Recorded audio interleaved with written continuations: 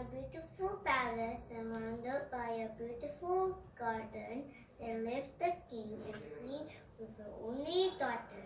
One day, the queen said, "Oh, look at our beautiful daughter. She looks just like you. Her hair is like gold and her eyes like a blue lake." But one day, the queen got sick and she died. After a few months, the king married a new woman, cruel and proud, and who had two ugly daughters whose names were Letitia and Nicole. One day, the king suffered a terrible accident and died. And so the little princess knew that she will never be happy again. One day, her stepmother was in the garden and said, "Little girl, come here. I see that you are having a good time." "Very well, beautiful. This is over now. I need maids. Everything is very expensive. So I have decided that from now on you will serve me, Letitia, and Nico. Go inside the palace and put on a maid dress and start cleaning every chimney. All of them are very dirty. When you finish, come to me again. You need to do more things. Go now, get to work." So the princess cleaned every chimney in the palace, and when she finished, she went back to her stepmother. Good. So you have finished. I see what you have been doing. You have ash even in your nose. Ha, ha, ha. This is funny. Cinderella, that is how we will call you. Cinderella, ha, ha, ha, ha. Shh, quiet. Cinderella is a perfect name for a maid. Since today, Prince Rupert's ball, you are going to iron our dress. We have been invited, and you too, but don't dream about going. You have a lot of things to do. You need to polish all the silverware, comb our hair, and help us get dressed. Quick, Letitia and Nicole, you have to look very pretty. They said the prince is looking for a wife. You, Cinderella, get to work. Yes, ma'am. The little princess ironed the dress and then she helped them get dressed. Cinderella, give me my necklace. No, not that one. The one that has diamonds. I look better with it. Perfect. Yes, ma'am. Cinderella, bring me my shoes and comb my hair. Cinderella, bring me my hat.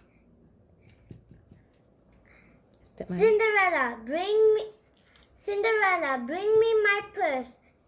The white one, not the blue one. Yes, ma'am.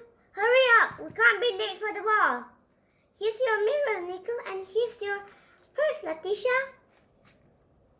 Cinderella did everything she was told to do. Finally, they left in a beautiful pink carriage, and Cinderella sat down in the floor, watching them leave while crying. "Oh, I wish I could go too." Then she heard a sweet voice. "Good evening. Who are you?" "I am your fairy godmother, and I have come today because I think that you need my help." "Oh, fairy godmother, I can't stand seeing you so sad and so unfairly treated. Let's see what my magic wand can do today." "Magic wand, I want the most beautiful dress in the world, the most precious jewelry, a coach, 6 horses, a coachman, and a groom. Oh, and a pair of glass slippers." Suddenly, a white, sparkling dust covered Cinderella from head to toe, and when it disappeared, she looked wonderful. "Oh, fairy godmother, how beautiful dress and how lovely glass slippers. Now you're ready for the ball, but there is one thing you must know. The magic will last only till the last stroke of midnight. At 12 o'clock, everything will disappear except for the glass slipper which I give them to you. So try to be at home by that time." "Oh, I will remember that. Thank you so much. You make me very happy. Now go to the ball and have fun, and remember at 12. When she arrived to the palace, she entered the ballroom and everybody turned around to look at her. Who is she? I don't know. Even the king and queen couldn't stop looking at her.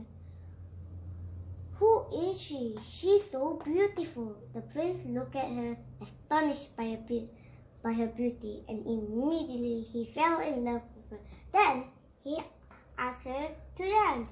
Would you like to dance? Oh yes, Your Highness. While they were dancing, her stepmother and stepsister kept looking at the couple.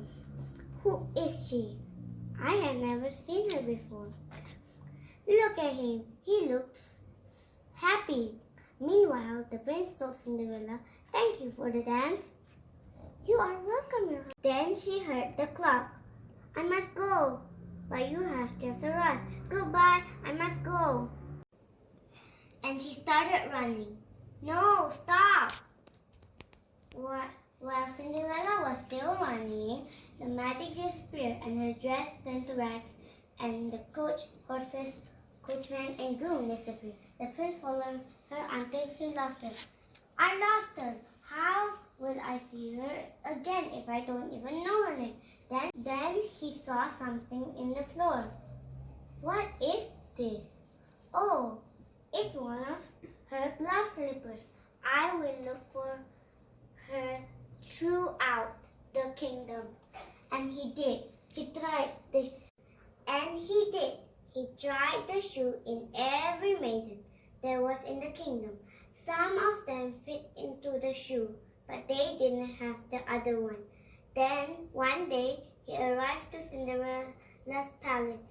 As soon as he arrived, Letitia and Nico tried on the shoe, but their feet were very big, so it was useless.